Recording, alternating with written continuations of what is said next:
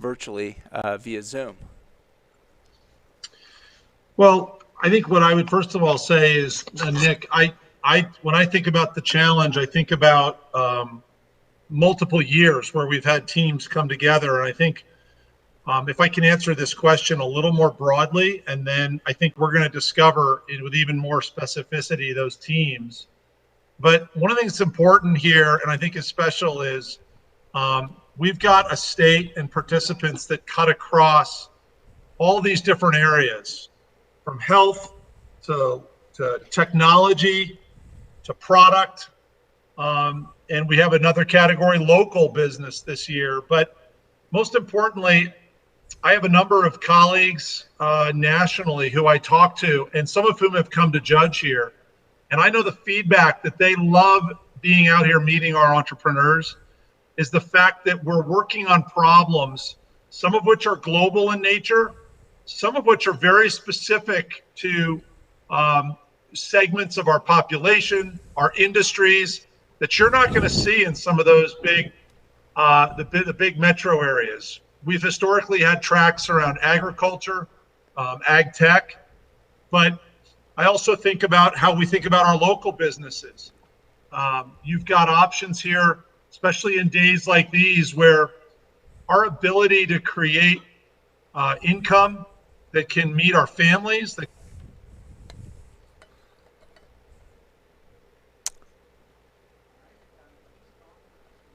Okay. Sure. Well, I think what I'd like to do, I think we lost Gordon for a couple of moments there, but a few folks to recognize and thank. First of all, the students. We had 24 teams that we selected from over 100 applicants this year, and those students put in a lot of time and effort, and I think recognizing their perseverance with these challenging times, their classes moving online, they still competed today. And just getting here is a huge achievement. Second, the coaches from U of I, Idaho State, Boise State, Idaho State University, Lewis and Clark State College. All of these coaches have put in a ton of time to work with these students and prepare them for today. Our judges, we had judges from throughout Idaho and throughout the country join us today to give these students feedback, to mentor these students as their businesses come along, and just build these students up as well as build these businesses up for our future. Our volunteers in the Venture College team, volunteers almost all from the College of Innovation and Design Dean's Office, as well as the staff at the Venture College, made this possible. And lastly, but certainly not least, we had several sponsors that I'd like to recognize. The team at Jump, Kathy O'Neill and Maggie Soderberg. The team at Thomas Cuisine, Greg Turpin. Occahan Foundation, Steve Harris. Truckstop.com, particularly Matt Stubbs and Paris Cole. Paris Cole gave his time as one of our judges today. Alturas Capital and Blake Hansen, huge supporters of the startup ecosystem in Idaho, in particular with their 50 to the A effort. If you haven't heard about that or seen it, please go check it out. The Idaho National Laboratory, huge partners with Boise State, as well as all the universities in this state and great innovators across the state of Idaho. The Idaho Global Entrepreneurship Mission, led by Carmen Archibald and Director Tom Keeley at the Department of Commerce, great partners to the Venture College and all entrepreneurs across Idaho, as well as higher education. Trailhead and TM Rostegar, and Stratton and Associates, in particular Jeff Litteris. All these folks are helping to make this competition possible and have really been huge supporters of our student entrepreneurs. So a huge thank you to them. They make this possible to put on for our students. Hey, Nick, voice of production here. Questions coming in chat. They're interested to know in the structure of the competition. Sorry, the structure of the competition. How was the competition actually structured? Sure. So a question coming in about the structure of the competition. So typically what we do is we bring students in from throughout Idaho. They come to Boise, they stay in a hotel, spend a couple of days here, and they compete. Obviously, with the changes to the world, we have shifted over the past 3 weeks to a virtual competition. So we had all the students this morning in virtual rooms where they would pitch to 3 different rooms of judges, and they would get feedback from those judges. So we spent the morning doing that. This afternoon, for about an hour, the judges deliberated to select the winners of each track. We have a technology track, we have a healthcare track, we have a products track, and we have a local services track. And you'll hear from the winners of each of those tracks a little later in today's program. But that's the structure of the program itself. And if I'm not mistaken, Chris, we should be about ready to introduce President Marlene Tromp, who's going to offer a few remarks for a welcome. Yep, well, we'll have her in just a couple of minutes. We don't have her quite yet. Another question kind of coming in from chat, and I know that some of the judges are going to kind of share some of this. But what was the kind of the range of entrants this year? What were some of the ideas that people were pushing forward that may be completely different from one another? Sure. Well, what I can do is tell you just a little bit about some of the teams that won, actually. So in our technology track, we had 2 runners up.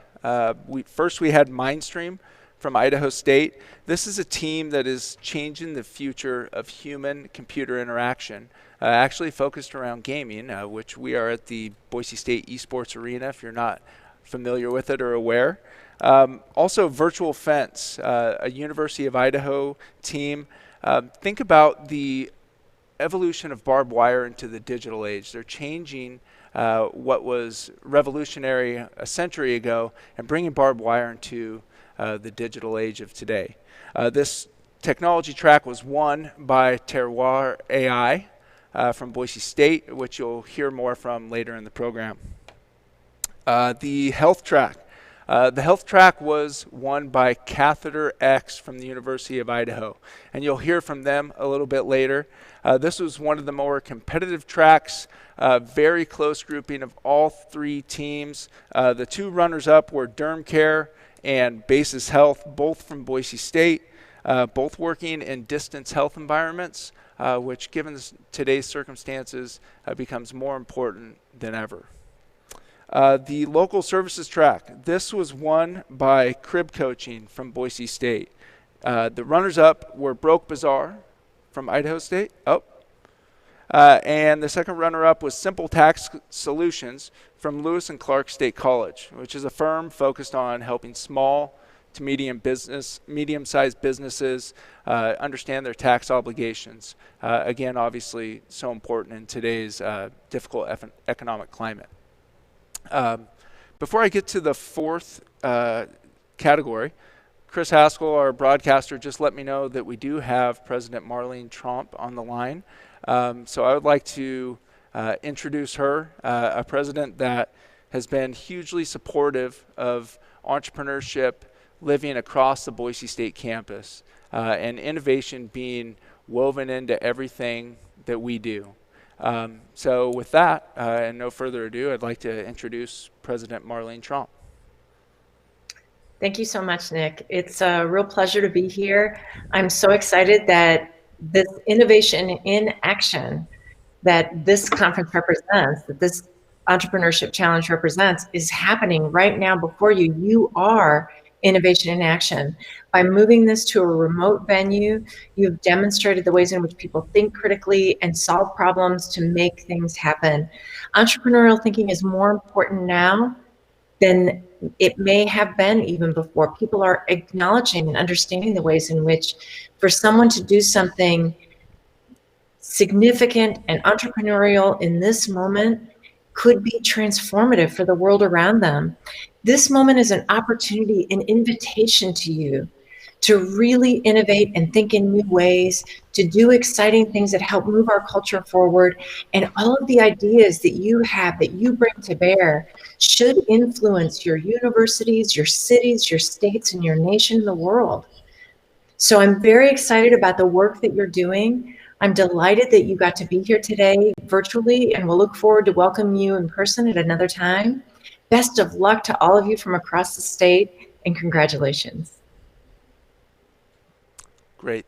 thank you, President Trump, for those remarks, and thanks for making time to join us today. I'd echo your enthusiasm for both the ideas and the students that are competing today, as well as the opportunity to see them in person, hopefully in the near future.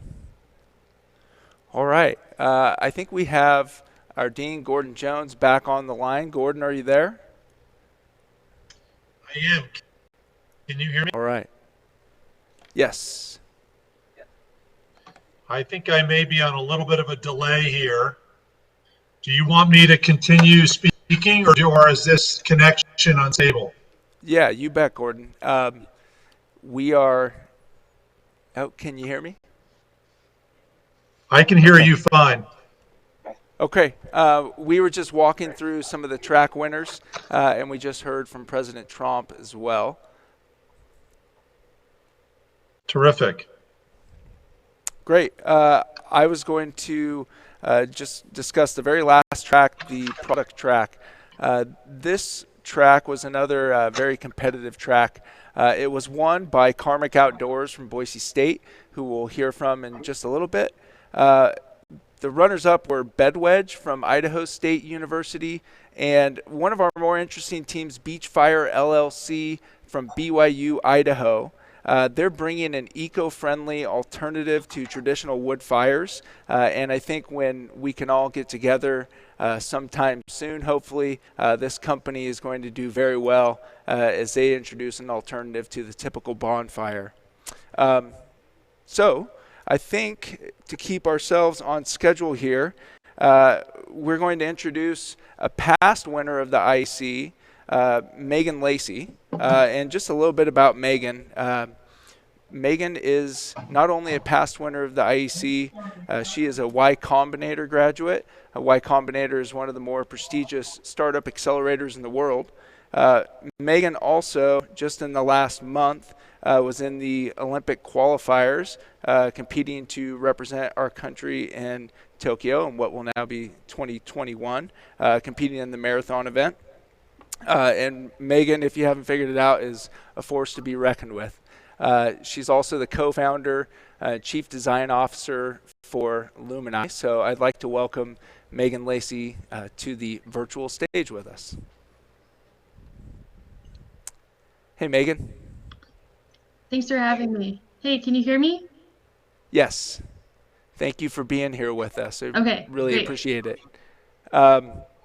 Maybe to start out, Megan, tell us a little bit about Lumini and your role there.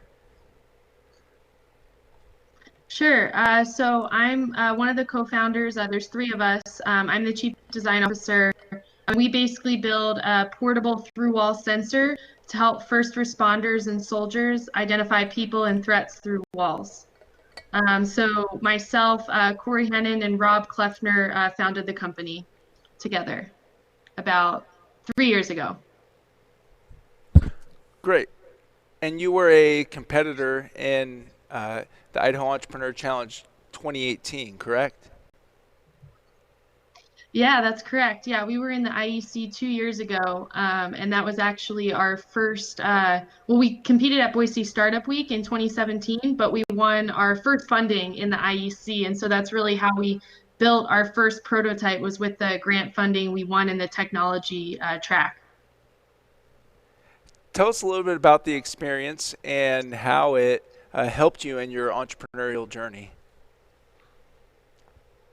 Yeah, the IUC was super helpful for us. It was really a springboard in a lot of different ways. Like I mentioned, it was our first real funding to build the product we were trying to build.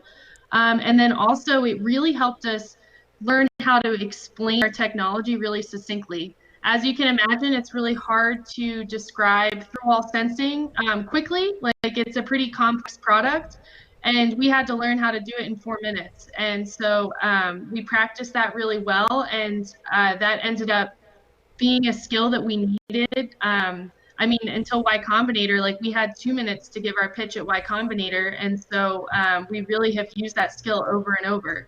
And then also third, it gave us the opportunity for people to get excited about what we were working on.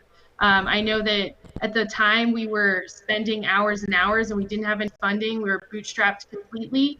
And it really gave us the extra push to keep going, that we were working on something important. Great.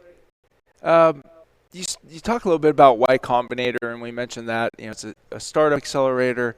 Tell us about how you got into Y Combinator, that experience, any lessons learned that you would share with some of our student entrepreneurs that are competing today.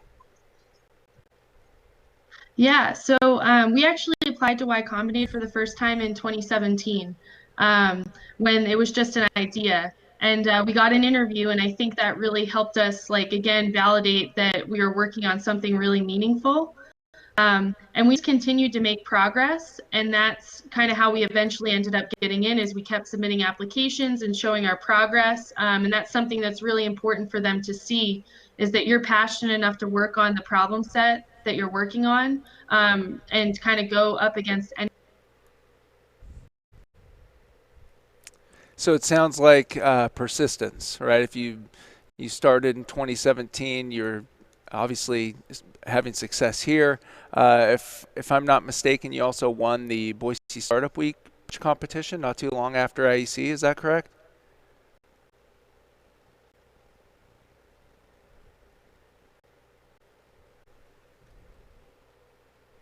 Do we lose her, Chris? Okay. Okay. Um, we were just hearing from Megan Lacey, 2018 winner, who went on to Y Combinator. All right.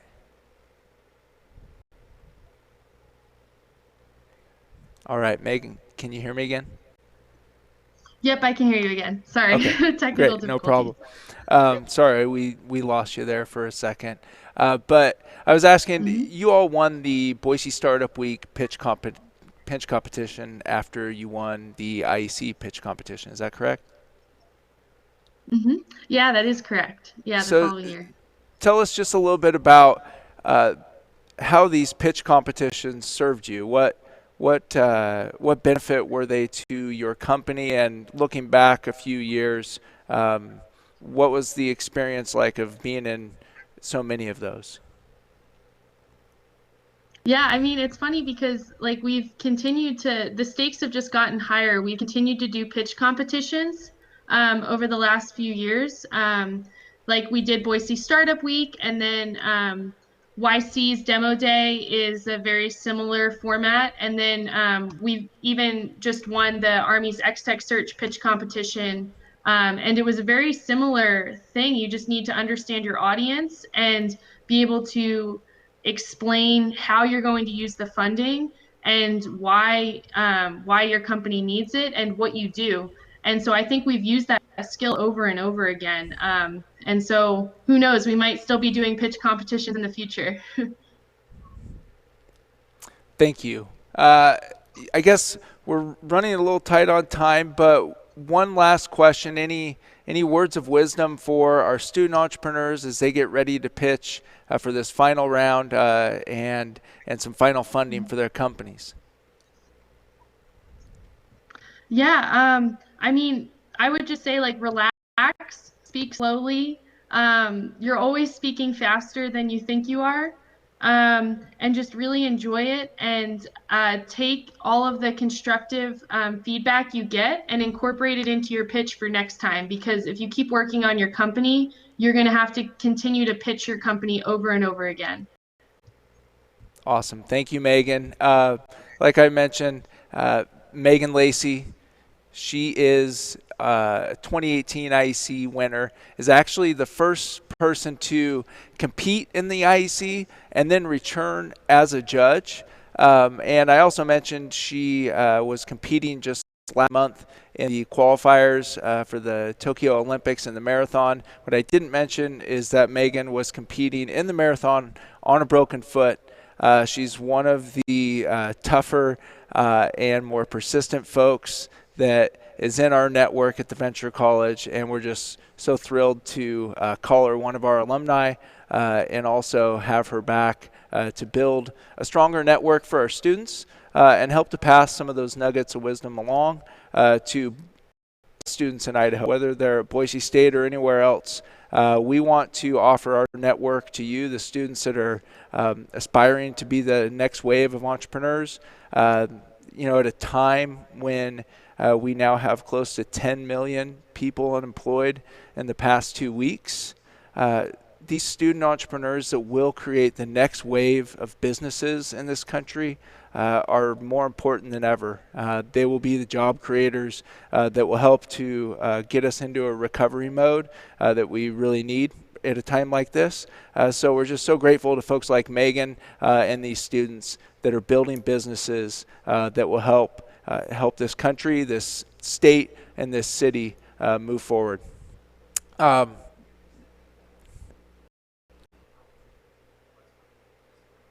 Sure. So up next we have Diego Rodriguez and Gordon Jones in a fireside chat. After that, we will hear from the 4-track winners. They will be pitching, so you will actually get to hear these students pitch their business ideas, and they will be pitching for extra prizes today. We have a panel of 3 judges that will be identifying the winner amongst those 4 teams. We'll announce those winners, or the winner, later on in the broadcast when Gordon and I will close out the event. But please do stay tuned because we will have 4 student teams pitching their ideas. Okay, now I am going to toss it over to Gordon Jones, our dean, where he will have a chat with Diego Rodriguez. Gordon?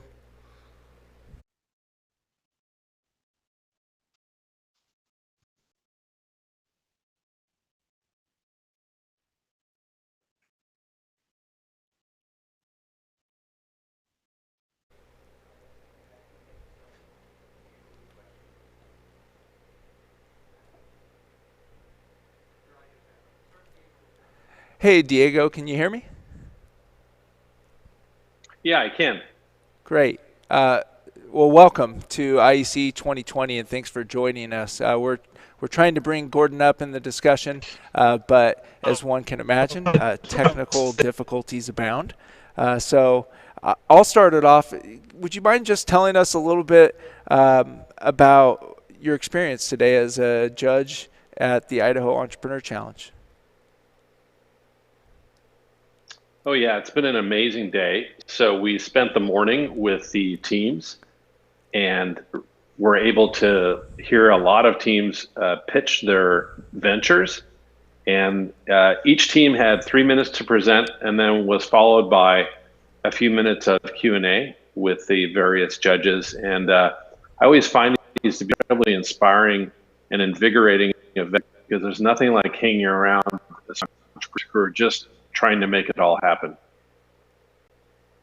Great. Tell us a little bit about what you do at Intuit as well. Obviously, Intuit, with the acquisition of T-Sheets, has a huge economic impact in this valley. But if you could just describe to us your role at Intuit and obviously with the circumstances of today, just how things are going and how your business is weathering this storm that all of us are heading into. Yeah, absolutely. So, in my life, I love bringing new things to life, and I love helping other people do the same. So that's really my role at Intuit. I'm the Chief Product and Design Officer, and I spend my time helping teams around the company build better products for our customers.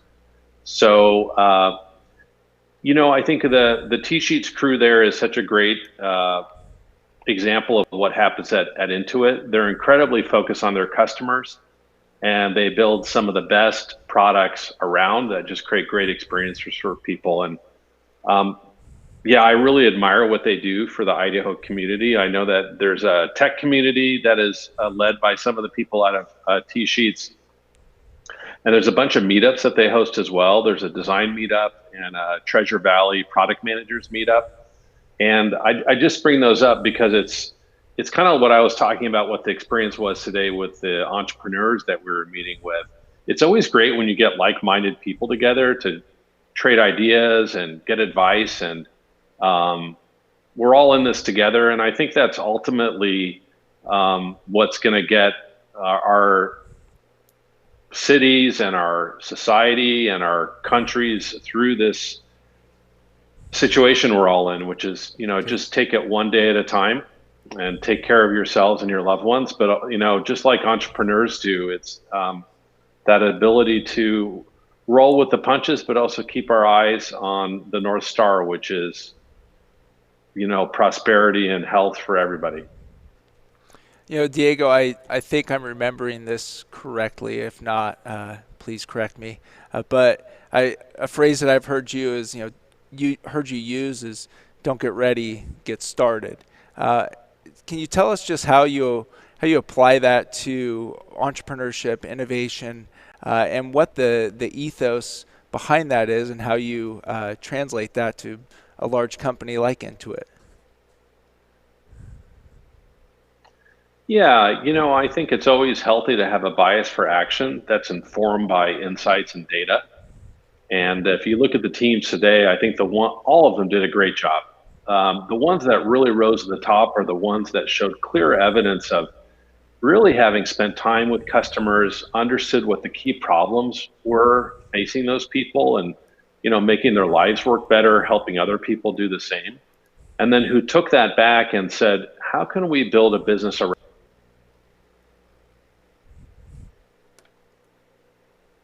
Great. All right. I would say this to our friends and listeners at home. We are tracking currently a very unique internet outage in the Northwest that happens to fall at the exact perfect time. Our stream is still steady, but it looks like many of the local service providers are experiencing some of that issue. So we'll try to get Diego back as soon as we can. Nick, a question for you. As you're going into this Final Four, what should we expect to see as far as the technique of some of these pitchers, right? I mean, there's the idea, but that's only part of the sport, right? Yeah, so these teams are forced to take really complex ideas and compress them into a very short pitch where they have to translate a whole business model, sometimes a very complex technology or product. They have to translate that as well as how they will make money and their entire business model in just a 4-minute pitch. So I think you'll see some very rapid fire ideas come through. All right, Diego's back. Our internet strength does know some bounds. Yeah, it's unfortunate because I solved world peace while we were offline, so I'll just have to remember what I was saying. But we'll get back to it. Diego, our last guest, Megan Lacey, who I believe from the 2018 IEC, was talking about just the value of persistence in building a business and pursuing an idea. And I wonder if there are traits that you have seen in entrepreneurs or individuals that you would share with our students that would help lead them towards a successful venture. Such a great question. My favorite definition of entrepreneurship comes from Professor Howard Stevenson at Harvard. And he puts it very simply: entrepreneurship is the pursuit of opportunity beyond resources controlled, right? Pursuit of opportunity beyond resources controlled. I mean, you think about Megan's story and Lumini in general. They had a lot of hurdles to get through, and they still have a long way to go, like any business does. You're never done. You're never satisfied. But qualifying for the Olympics with a broken foot says a lot about pursuing opportunity beyond resources controlled. You're not always going to have perfect circumstances. In a lot of ways, I think what entrepreneurs do is they a lot of people don't see this situation as ideal, but I can see the silver lining. I can see a way we can get started. I can see a way where I can go run a marathon and qualify, even though I'm not in perfect condition, and they just make it happen. And it's that kind of attitude that's so infectious and inspiring. So I think in a lot of ways, what the students showed us today is just the ability to come together under difficult circumstances and still pursue that dream. Just incredibly inspiring.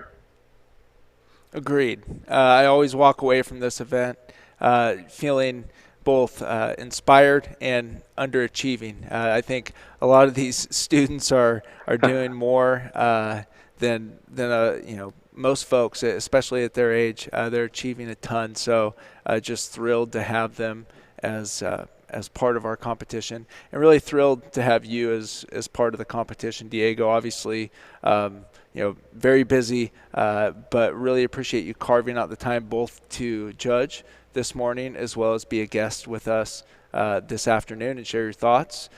Any closing thoughts or pieces of advice for our student entrepreneurs as they prepare to pitch in just the next few minutes? I would just say you got here for a reason. So keep doing what you've been doing, and never be afraid to go after the next bold idea, no matter what happens today. This is just one step on the journey, and ultimately we're all here to support you.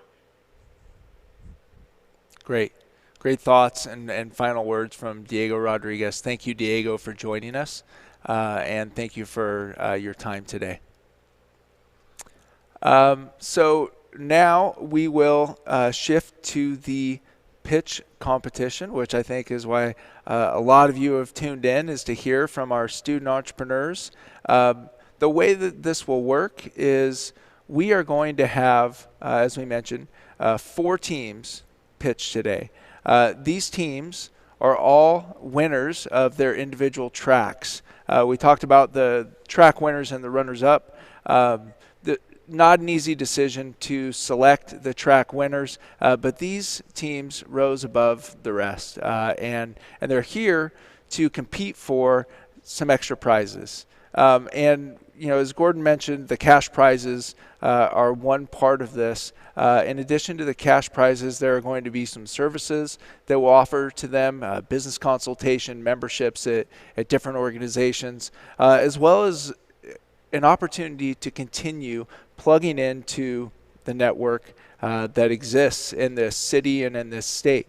You just heard from a couple of folks, Diego Rodriguez and Megan Lacey, that are just examples of the type of supporters that are looking to connect with student entrepreneurs and help them make their ventures as successful as possible.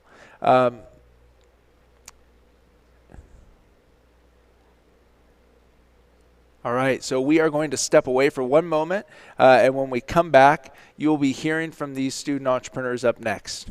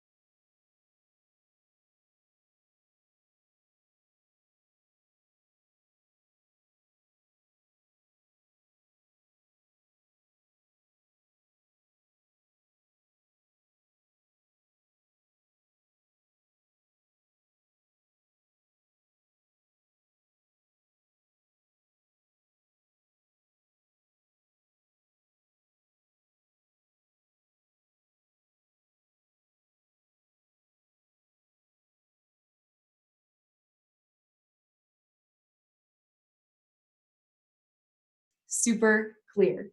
Get the accreditation. The application is $4,900. Our website is set up. We've got content ready to go, and I'm already an approved trainer in the state of Idaho. With your help, we'll be able to pay for the application and receive the accreditation. Thank you. All right, Trill, you're up. Each judge will have 2 questions. So Trill, go ahead and start. Awesome. Could you give us an idea of how much of the coursework you do already have built out and how much you still have left in order to be a one-stop shop for these daycares? Yeah, so I have already created 4 training hours worth. I would need probably about 14 or 15 to launch, but I feel very confident in making that content with my background in marriage and family with child development. And my husband can also create content like how to market your daycare, how to communicate with parents, how to be professional, things like that. And the ISET accreditation, there's a 3-month time where they observe us. So I feel confident that during that 3-month observation time that we'd be able to finish all the content. Awesome. Great answer. And then my last question is, how do you plan on marketing and targeting these daycares?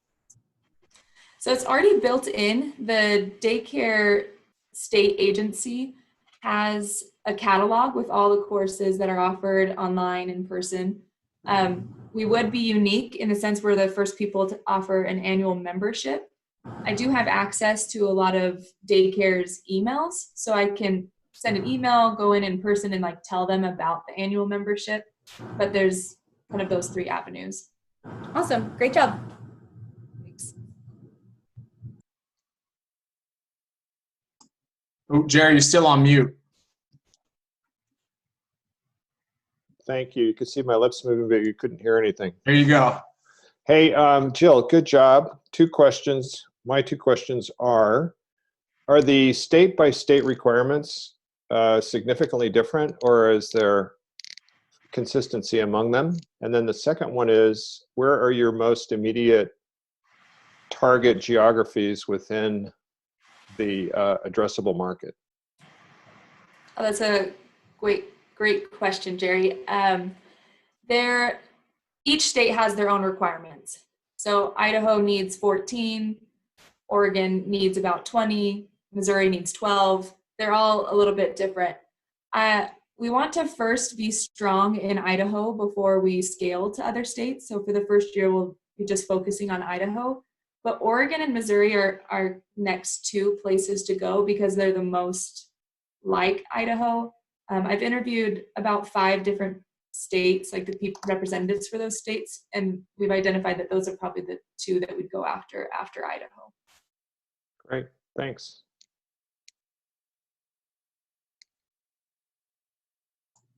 Whitney, you're up.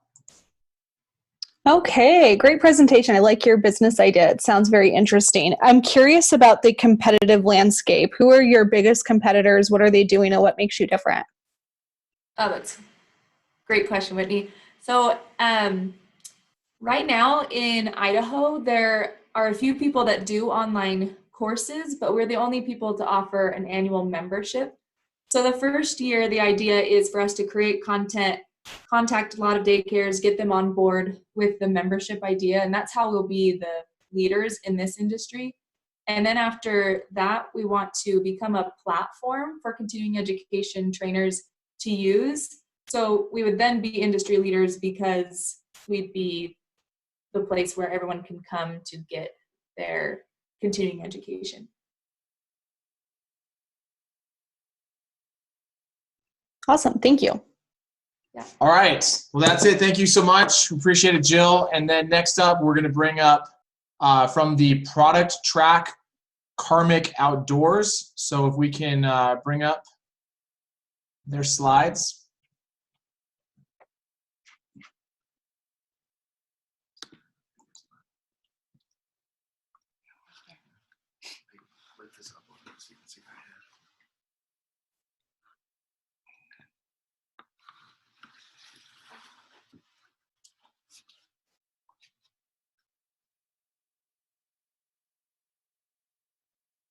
Muted.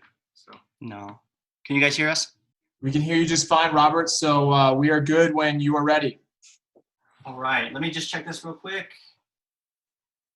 There's a lag time. Okay. All right, we're ready. Hey judges, we're the founders of Karmic Outdoors. There's a problem plaguing the outdoor world. 88% of outdoorsmen and women have lost equipment forever. That's because there's no good, reliable solution to the problem. We found a solution. We ourselves have lost and found expensive items that have never been able to be returned. So I'm Robert. I've been an outdoorsman for nearly 30 years. I have a degree in wildlife ecology and conservation biology. My degree is closely related to outdoor recreation and conservation, which are both key aspects of what Karmic Outdoors is. I'm very excited to launch a company that helps people save money and restores people's faith in humanity. Hey everybody, hey, I'm Aaron. I've also been an outdoorsman for around 30 years. I use my profession as a pharmacist to help others, but I want to pursue a business that allows me to make a difference in the outdoor community. I too have lost expensive outdoor gear and sentimental to me, and I'll never see it again. The problem is that when people lose gear, there's no good way of identifying the owner. That is, until now. All right, so our product solves this problem. We sell extremely durable decals with scannable QR codes coupled with unique ID numbers. And this combination ensures that outdoor gear is identifiable and is therefore returnable. Our decals will save consumers money and stress caused from losing expensive outdoor gear that we've all experienced. So let me tell you how it works. When someone finds a lost item, they'll scan the QR code, which takes them to our website, or they will go to our website and enter in the unique ID number that's found on the decal. The owner's contact information is then provided, or a private chat is initiated. The parties will then decide how best to return the items. So we actually launched the MVP beta trial last summer. We placed our decals on our own personal outdoor gear. We actually lost the gear around the Treasure Valley. To date, we have a 75% return rate, and we predict that return rates will be closer to around 90% with a professional website and branded decals. So our greatest competition in this market right now currently is the Sharpie. Karmic Outdoors is better than self-labeling in many ways. Our decals are extremely durable, and they're way more durable, won't rub off like Sharpie and Aaron's terrible handwriting. Our decals will enhance the appearance of an object. We have a return incentive program that encourages the return of lost items. Plus, we have the option of keeping your personal information private. So this market is immense. About half of all Americans have reported spending time in the outdoors. These Americans spend about $184 billion annually purchasing new equipment. Because our product helps people recover lost gear and there's no other option for the outdoor community, this consumer market is truly anybody who engages in outdoor recreation. So to get into this huge untapped market, we plan to hand out 500 free decals. We've already talked with 4 outdoor local retailers who've committed to handing out free decals with purchase of other items. They've also agreed to sell our decals. We'll be very active on our social media platforms. Our decals are going to be for sale on our website. We'll also sell at outdoor trade shows, and the outdoor community is really excited about this. In fact, we've already been invited to talk on a podcast that has about 10,000 or 11,000 followers. But probably our biggest idea is the idea to partner with outdoor manufacturers. So our product will be included on their product, either in manufacturing or at point of sale. So when a consumer buys their product, they get ours automatically. And our product will be great value added because it will increase the marketability of that object. We're already in talks with the fly tackle box manufacturer, as well as Sawyer Paddles and Oars, who is an industry leader. So a great aspect of our business model is that we have low overhead coupled with high profit margins. Also, it's important to note the annual fee of $24.99 to keep one's account active. This ensures that we will have recurring revenue. So as you can see from the slide here, we have 2 sources of revenue, one from the sale of the decals and one from the annual fee to keep one's account active. So our projections show that with consistent growth, our recurring revenue will grow exponentially and quickly surpass the product sales. With our winnings, we plan to use the majority of the prize money to fund additional features and improvements to our website. We also will invest really strongly in marketing during our initial launch. Additionally, we will use a portion of our winnings to fund our inventory. Thank you so much, and now we're ready for questions.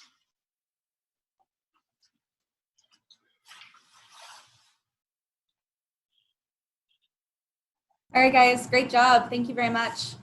So my two questions are, have you guys considered what you're going to do in order to value yourself so that an individual outdoor company won't just do this on their own gear, and you guys would slowly start to lose chunks of potential gear that you could have your brand on? And then my second question is, how will you sell this, right? Like, are your stickers part of like a multi-pack so I can go and sticker all my things, or what's the setup there? Okay, so to go to your first question about how are we going to value ourselves so that a manufacturer doesn't just do this already. So we feel like we can create a lot of value to manufacturers. One, in that we can offer a return incentive program. Two, we have the ability to partner with lots of different manufacturers. And three, we feel like that registration process that everybody has that nobody ever does, we could be that for them. So when somebody buys a product, we can register them through Karmic, but we can also take that information and share that with their like their warranty and their registration department, and take that off their hands completely. That would just be super easy data batching for us to do that. And then will you rephrase that second question? I forgot it. Yeah, so how are you selling this to your customers? So is it like a pack of 10 that I'm going to get in order to label everything in one fell swoop, or how will this work? Yeah, do you want to answer this one? Yeah, sure. That's a great question. So we'll sell it in multiple different options. So we can sell the decal individually. It might retail for around $3 to $5. We'll also sell for packs of 5, 10, 20, and 50.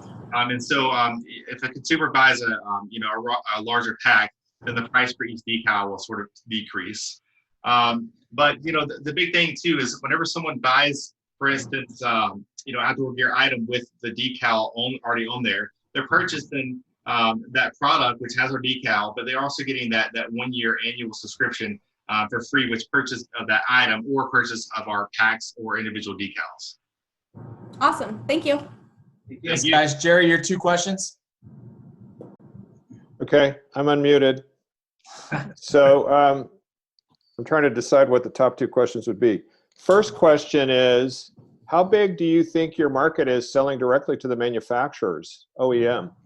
And the second question is, how do you handle the logistics of the return? And are there revenue streams that would be available through that, either by way of advertising or sharing with the shipping companies?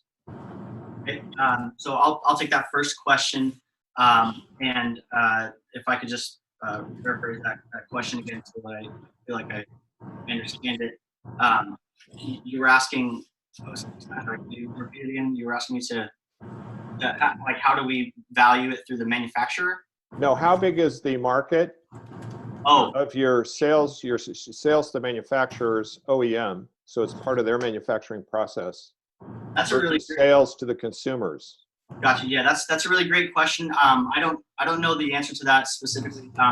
We do have a meeting next week with Sawyer CEO to go through the data and the numbers. Another meeting next week with a large anchor manufacturer to talk about their sales and that sort of stuff. I don't know that I've necessarily looked specifically at all these markets individually and how much we can generate from the retailers. That's a really great question, something we're going to need to look into. But there's a lot of different avenues for us to partner with manufacturers. And then the second question you were asking about returns, is that what it was? Right, the logistics part of it. Oh, okay, I got and you. whether you get any juice out of the shipping costs or the other costs of logistics. Right. Yeah. This has come up. So a lot of times that whenever someone loses an outdoor gear item, it's gonna be usually locally in that specific community. So there's a lot of rafters, for instance, on the Payette River. Someone that locally usually finds that. But in the case that it is a long distance return, ultimately that's going to be up to the two parties to decide. Now, with part of our 5-part return return incentive, the original owner can actually attach a reward to the item. So, that might be incentive for potentially for the finder to mail it back, and actually pay for that potentially, because it could be potentially a pretty good reward. Anything you want to add to that? All right, no, that's good. Let's move on to Whitney with her question. Hey guys, super interesting idea. I do not know very much about this market whatsoever. So my question is, what is the exact market size for this? How big of a problem is this for the average individual? Great question. Thank you so much. So in our initial research that we've done, apparently 88% of outdoorsmen have lost outdoor gear, and 75% of them have found outdoor gear. And so that there's a real disconnect between finding gear and losing gear. And if you do the math, it's about 10% of items are truly actually lost, and things that fall in the river and that sort of stuff. And if you extrapolate that onto a population, that's hundreds of billions of dollars lost, over a couple of years from gear that could easily be returned if there was simply a way to do that. Can you tell me a little bit more, like in a dollar amount? So how much does the average individual, does it cost me $500 per year in lost items? Is it $100? Is it $50? How much is that costing the individual? That's a great question.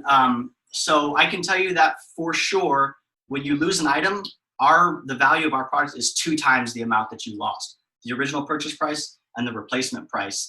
And things are so wildly different that, if we look back here, this one fly box right here, which is a very commonly lost item, is only maybe $10, but there are hundreds of flies in here. So I think it's going to be dependent on what the product is. All right, guys, thank you so much. Thank you, judges. Thank you, guys. All right, you'll have a great day. All right, so next up is going to be in our health category. Is this Catheter X. They come from the University of Idaho, so we'll just take a second and pull up those slides.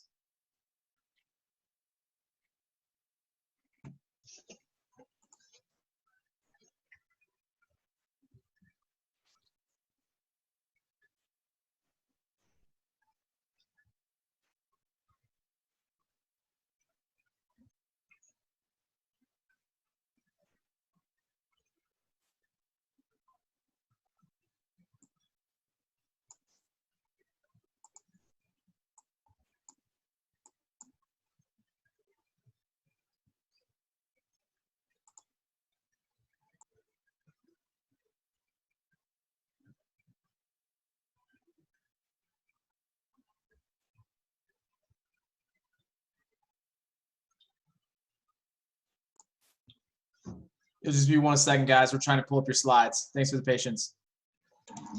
Yes, thank you for your patience. We're just running into a couple technical difficulties. Not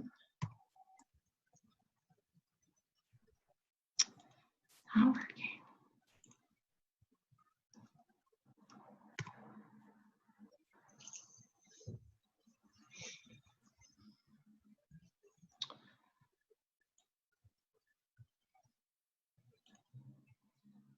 Olivia, do you have access to it on your screen? Yes. Could you share yours? For some reason, it's not working. Thank you.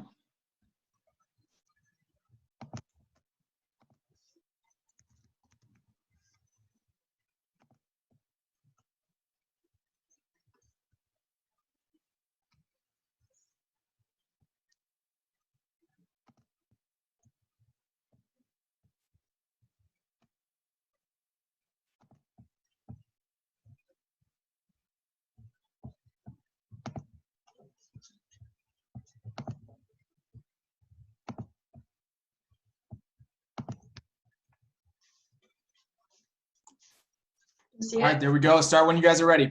Okay. There's a silent killer in the US with a mortality rate 50% greater than that of the life-altering coronavirus. According to the CDC, catheter-associated urinary tract infections, commonly referred to as CAUTIs, are attributed to over 10,000 deaths and cost hospitals nearly $500 million annually. Unlike other healthcare-associated infections, there is no universally accepted evidence-based tool to reduce caries. These infections are caused by two types of contamination: intraluminal within the lumen or extraluminal on the outer surface of the catheter. Intraluminal contamination is reduced through safe, sterile practices, while extraluminal contamination occurs naturally and continues to burden healthcare facilities. The body combats UTIs through urination. The problem arises when a catheter is inserted, diverting the flow of urine through an inner channel, which leaves the urethral tissue stagnant. This allows for bacteria to spread throughout the urinary tract, ascending to the bladder, in serious cases into the bloodstream. With minimal changes over the past 90 years, urinary catheters are in need of innovation. We are here to fix that. Our team of engineers have altered the outer profile of the catheter and added a third channel to allow an irrigation solution to spiral out of the urinary tract, flushing out encroaching microorganisms. In comparison to the industry standard, Catheter X test results indicate a drastic reduction in bacteria while minimizing patient trauma. Common catheters cost about $1 each, meaning manufacturing expenses are extremely low. A simple mold change allows Catheter X to be produced in the same manner as those in which are commercially available. Similar products on the market use the antimicrobial properties of silver to produce bacteria-resistant catheters. These are very expensive, selling for over $12 each, and have not been proven effective. Other alternatives, like the three-way Foley catheter, are aimed at treatment rather than prevention. In an ever-growing billion-dollar industry, Catheter X is sure to disrupt the market with its ability to save lives and cut costs for healthcare facilities. Catheter X started as a capstone project by a group of engineering students at the University of Idaho who built the first prototype and conducted 2 tests to validate their concept. Having received positive test results and feeling confident that Catheter X could achieve its goal of reducing caries, our team brought on additional students and advisors to move the concept forward. In March, we applied for a provisional patent to protect our unique design, and we attended our first medical technology pitch competition where we received $10,000 of seed money and really positive testimonials from medical professionals. Looking towards the future, we will use all of the capital raised to complete phase 2 of engineering and testing needed for FDA approval.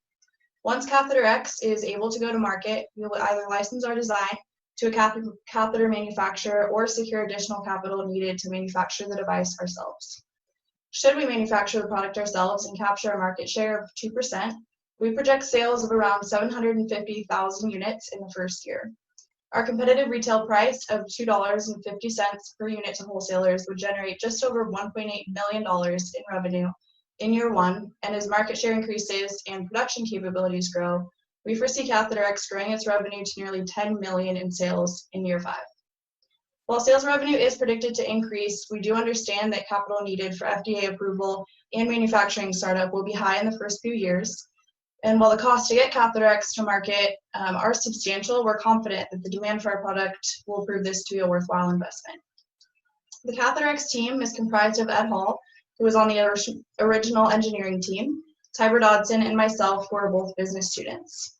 Our advising board includes representatives from the College of Engineering and the Idaho Entrepreneurship Program, as well as a medical doctor and the director of the WAMI Medical Education Program. The diversity of our team has allowed for Catheter X to move from being a great idea to being a viable product with huge market potential. With your help, Catheter X can save thousands of lives, millions of dollars, and become the new standard in urinary catheters. Thank you. Awesome. Thanks so much, guys. Okay, Trill, we're going to change it up a little bit.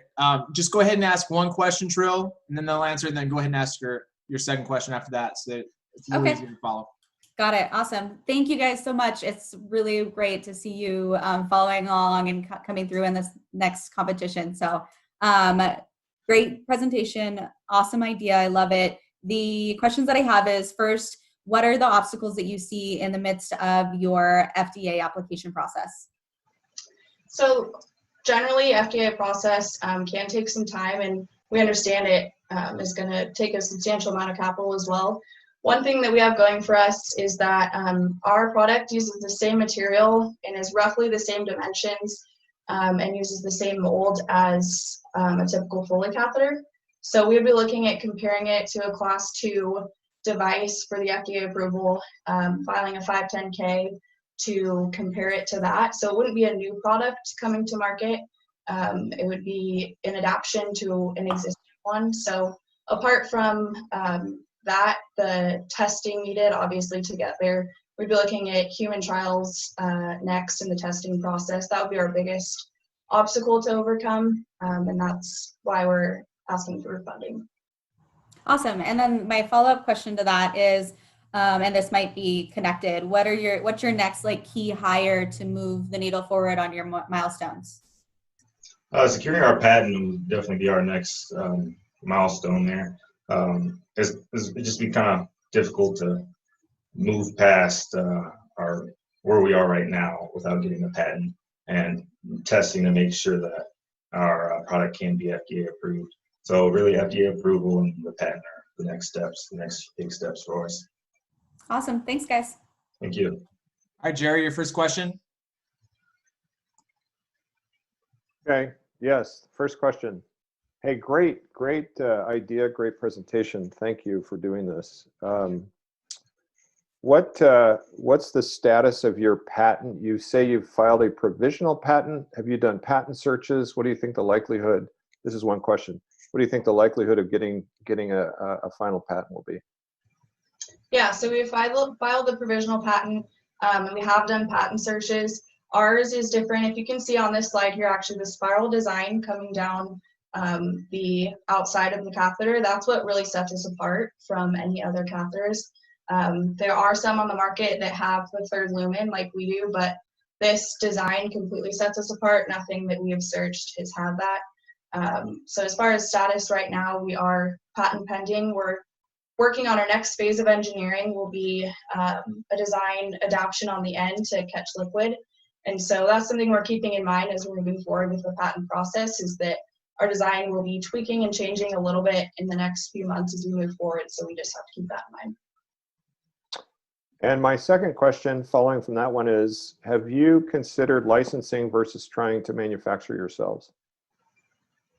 Yes, we have. And that's something, we get that question on which one we think we'll go with. And I think that's something that we'll have to look at a little bit further down the road and look at costs. We've talked to manufacturers and we've looked into that market right now. Obviously, it would be a lot more capital needed to do the manufacturing route versus licensing the IP, which is what a lot of medical devices do.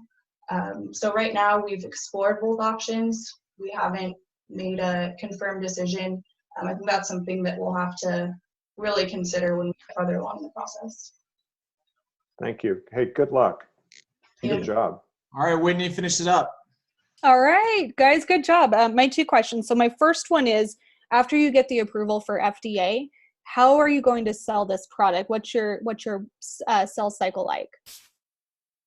So we'd like to sell to our retailers, our wholesale, and if we do happen to go the manufacturing route, if we do the licensing, then it's kind of up to the companies to sell it. So we'd be looking at probably individual departments within hospitals. So probably looking at urology departments in specific, and that would be our target customers within healthcare facilities and hospitals.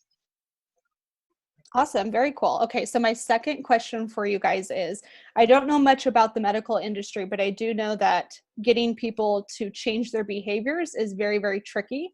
So do you foresee this business being a larger barrier to entry of getting the FDA approval, or is it getting medical professionals to use your product? I think getting medical professionals to use the product, it requires kind of an extra step for them in the maintenance process of having to flush a catheter, or basically it can make their job a little more interactive with a patient. But we think the benefits definitely outweigh the costs in these. An infection can cost over $870, and we can sell 270 catheters, and that'll cover the cost of just one infection. So we think the benefits just outweigh any negatives. And we've talked about this idea with nurses and medical professionals to get their input. And we have come to the conclusion that while it might be a little extra work to have to flush it and maintain it, the work that is in place currently with having to constantly replace catheters and treat infection, it really is just shifting the work from maintenance and treating infection after it happens to with catheter X, it's preventative.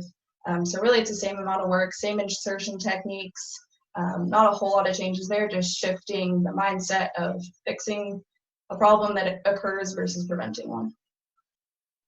Thanks, All right, guys. thanks, guys. We appreciate it. Okay, yeah, Olivia, if you can stop sharing your screen, and then Phil, we'll have you come up. Phil is with Boise State and Terroir AI. So yeah, we'll have Phil just share your slides.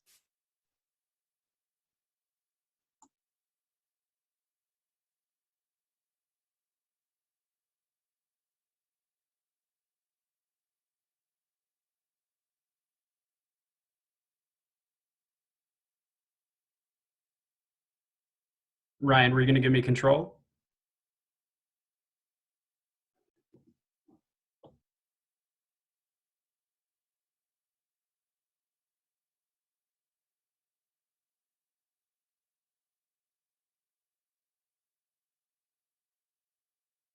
Ryan, were you going to give me Sorry, control? I was on mute. We were asking if you could share your screen with your slides since we had technical issues on the last one. Gotcha. If not, we can try with Kara again, but last time there was an issue there.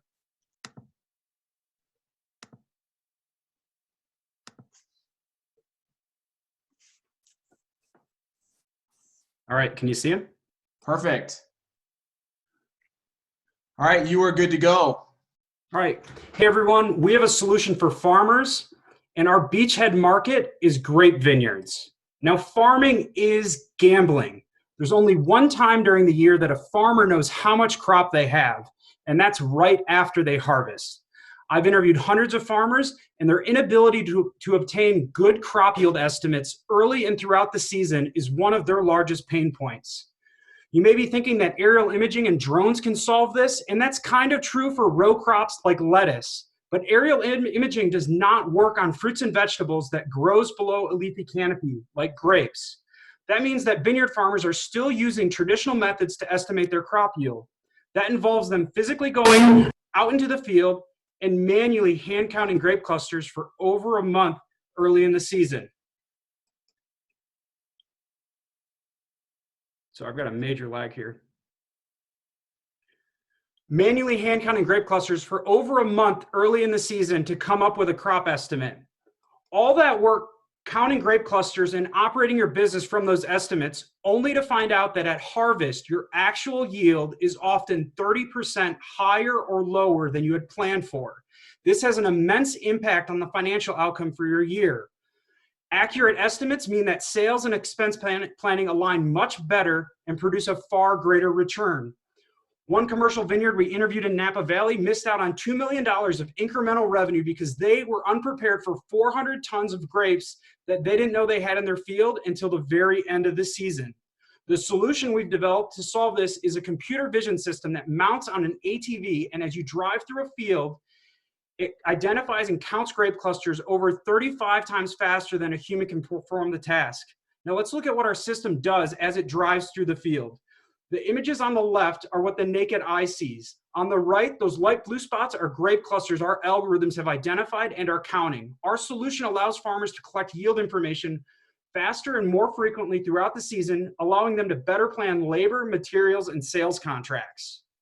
Nathan and I started this business in 2018 and have since recruited some of the best environmental and software engineers to help execute our business plan. We also have a strong team of advisors, including a viticulturist, a patent attorney, Autodesk, and one of the largest wineries in the world.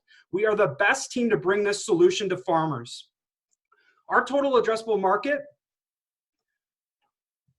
for canopy crops is $14.3 billion. Our serviceable market for grape vineyards is $1.9 billion. The greatest thing about our market is that it's highly concentrated in a few regions throughout the world. Napa, Sonoma, Bordeaux, Champagne, for example. But we are going after the wine regions in Northern California. We estimate that that market is worth $100 million, and in 5 years, we can capture 60% of that. Now, our go-to-market strategy is to sell our hardware directly to vineyards for $39,000. They will pay an annual service fee of $9,500 per year. We are currently targeting large commercial vineyards during this time of economic uncertainty. Wine sales are up 66% since coronavirus has hit. Mass producers are the ones benefiting. Now, we started field research in 2018, collecting over 100,000 field images using cameras and computers mounted on a hand cart that we manually pushed through vineyards. In 2019, we developed an enclosure that could withstand the brutal conditions of being on a farm all season long. We also began to do live demonstrations for vineyards, and farmers immediately received requests to purchase our system. Today, we have 3 paying customers for the 2020 season, and we have a waiting list that we will begin to service in 2021. Based on our current progress, we'll be able to generate $780,000 in our second year of business. Now, remember that farming is gambling, but we provide farmers with better yield information to help them navigate the uncertainty around crop yield variation. Thank you. Great, thank you. Trill, your first question. Awesome. Great presentation, Phil. I appreciate it. My first question is, you specifically talked about how the standard deviation is about 30% higher or lower, but I didn't catch what is the standard deviation for your technology? Yeah, so there's a couple parts to yield. And so farmers measure yield in tons per acre in vineyards. And to get to that tons per acre estimate, they're using those cluster counts, which according to Ohio State University accounts for 80% of contributing factors to your overall yield. And the other 20% is cluster weight. So on the cluster count side, our software performs at a 95% accuracy. Now we need to do field tests because there's many types of trellis systems and other varieties of grapes that we need to work through. But for Cabernet grapes on a standard trellis system, it performs at about 95%. Okay, awesome. And then my second question is, you touched really briefly on like the aerial version being a competitor. Do you have any other competitors in this space? Yeah, there's a lot of people trying to solve for yield, and that's one way we know this is a huge problem outside of talking to farmers directly. What a lot of people are doing is trying to use predictive models around weather, farming practices, and all that. The problem with that is it takes a full season to actually get a result, whereas our solution, we can do those predictive model pieces alongside our solution, but we collect the ground truth data of what's actually happening in the field today. Awesome. Thank you. I appreciate it. Thank you. Hey, this is Jerry. Very impressive, Phil. Hey, Jerry. So did anyone ask about IP? Not in this round, no. A lot of the IP that we have is we're holding as trade secrets, but we do have a patent attorney on our advising board that's helping us file some patents today for additional technologies that we're not advertising. Second question is, how do you expect to deliver to your customer, and have you considered contract farmers? Contract farmers like a vineyard management service? Or even any contract farmer for whatever the crop may be.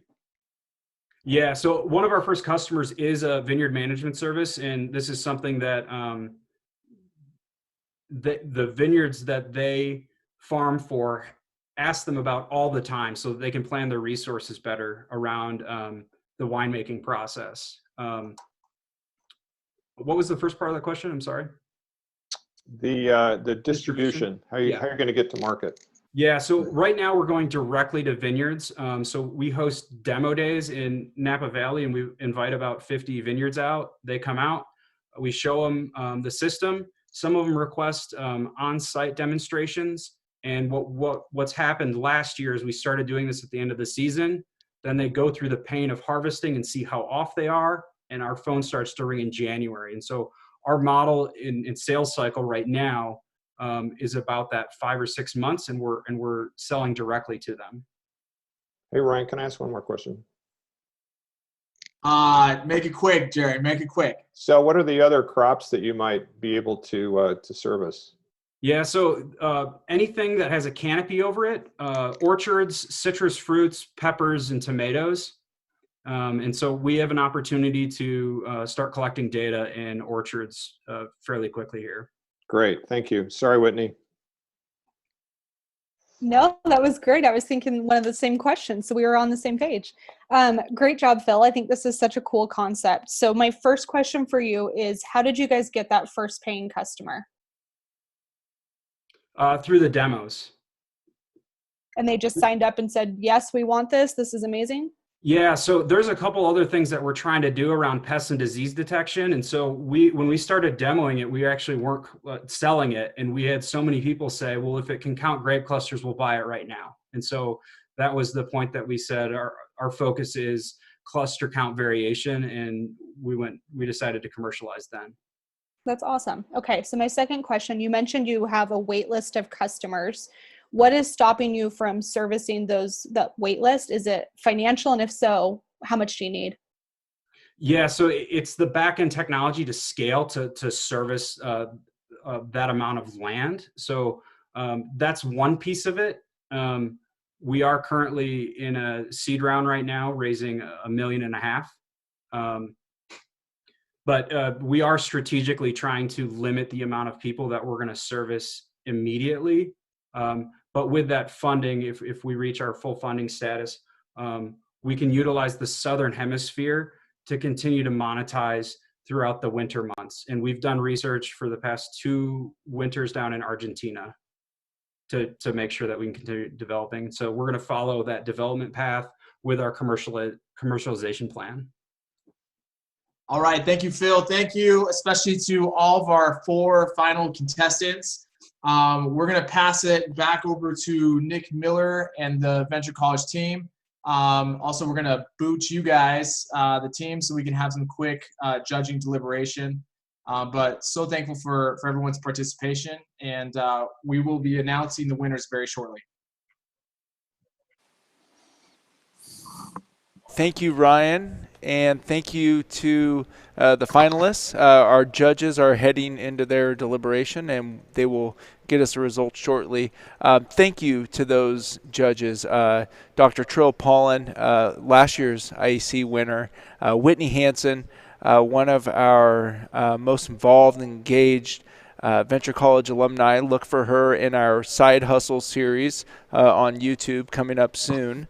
And also Jerry Sturgill, an active investor and just a great community member that we're really proud to have as part of this effort. So right now what I'd like to do is also introduce Chris Doc Haskell, my colleague who leads the esports program at the College of Innovation and Design at Boise State. Chris and I are going to chat for a little bit while we wait for the results from the finals. Awesome. That was really, really cool. I can't believe how different those 4 folks were. So here, I guess here's my question to you. How in the world did the judges begin to move from something as amazing and novel as computers counting grapes to catheters that save lives and create the how do they manage all of these different ideas into a winning pitch? Yeah, it's a great question, Chris, and it's something that all of our judges think about a lot. It's the first impression is really your pitch, right? How well prepared are you? What does your slide deck look like? Did you put effort into it? And then as you dive deeper into it, they're going to start asking you about your business model. How scalable is your business? What does the landscape look like in terms of competition? Have you talked to actual customers? That's something that we encourage all of our teams to do, as well as our coaches from throughout the state. Encourage all of our students to go out and talk to actual customers. Find out if someone is willing to pay for your product. Are they willing to test it for free? And if you can show some of those milestones, some early traction, you're really going to be able to impress upon the judges that you have a viable idea and more than just a very crisp looking pitch deck or really strong delivery and charismatic presence, but you have a business that they would be willing to award some of the prizes that we have available or potentially invest in themselves. You know, you sparked something at the very end there. There was maybe it just got glossed over quickly by the folks who are watching on Twitch and all the other sources. But there was a moment where they described very specifically the customers, the entry level customers that they're now serving, and then the wait list. Does that help to maybe talk about the validity idea if they've got a wait list and they're just waiting for capital to be able to move the product to those folks? You know what, Chris? I am actually having a little bit of difficulty hearing you now, and I think really? This is proof that we are in appropriate social distance from one another. Yes, it's true. I think we're, it's true. Gosh, 10 feet apart, both these headphones. I'm getting some echo probably. in the back. And actually, I just found out from our judges our finalist winner. You've got a winner. Well, let's go back to you. Okay. Well, first of all, congratulations to all the teams that competed today and to the 4 teams that made it to the finals. Crib Coaching, Karmic Outdoors, Catheter X, and Terroir AI. All of these students showed incredible perseverance to be here today, and these 4 really did a fantastic job and rose above the rest. All of our winners today will receive cash prizes. In addition to those cash prizes, I want to walk through a few things that all of our winners will also receive. They will receive a free 3-month membership to Trailhead. Trailhead is a co-working and startup incubation space in downtown Boise at the corner of 8th and Myrtle. And they've been generous enough to offer our student winners free membership there. They will also receive a free consultation with Stratton & Associates. Stratton & Associates is a CPA firm just right down the block from the Venture College at the corner of 8th and Front. And they have been kind enough to offer up some of their time to help these early stage companies avoid some of the pitfalls that may come if they make poor financial choices early on. So Stratton & Associates, we thank you for your support as well. And as we talked about at the top of the broadcast, the Venture College continues to offer our mentor network in an effort to build a stronger entrepreneurial network throughout the state of Idaho. I'll get to the official winner of the finals, but also just wanted to take this moment to share something that we found out at the start of this broadcast. We have a new award this year. This award comes from our president, Marlene Trump, who joined us earlier.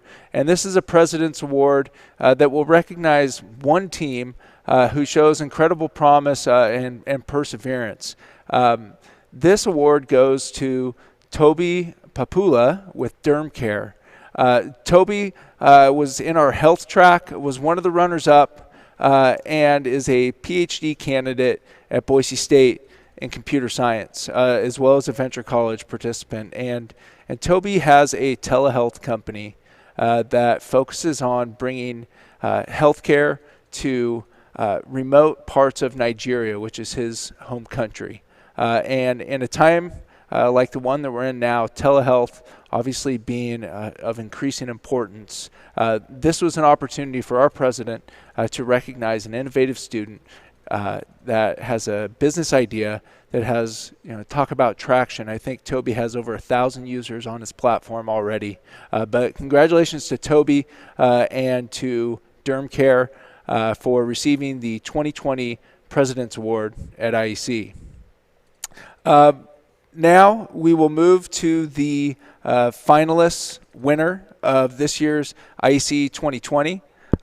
This winner, in addition to extra cash prizes, will receive a spot in the Boise Startup Week pitch competition this fall, and will have the opportunity to win.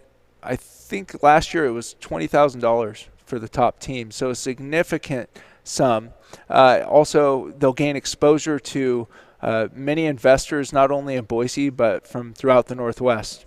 Our judges have identified the winner, and that winner from the University of Idaho is Catheter X. So congratulations to Catheter X. Great job to all of the teams, and congratulations to Catheter X on their win. They are the IEC 2020 winner. All right. So with that, thank you to everyone who tuned in. Thank you to our judges, our students, our coaches, all of the universities and colleges that participated, our volunteers, the Venture College staff, the Dean's Office at the College of Innovation and Design, our guests, President Marlene Trump, Megan Lacey, Diego Rodriguez, our broadcaster extraordinaire, Chris Haskell, and all of you again for tuning in. We look forward to seeing you next year in 2021, and hopefully it will be in person. Thank you also to our sponsors this year. You helped us make this possible, and we will see you next year. Thank you.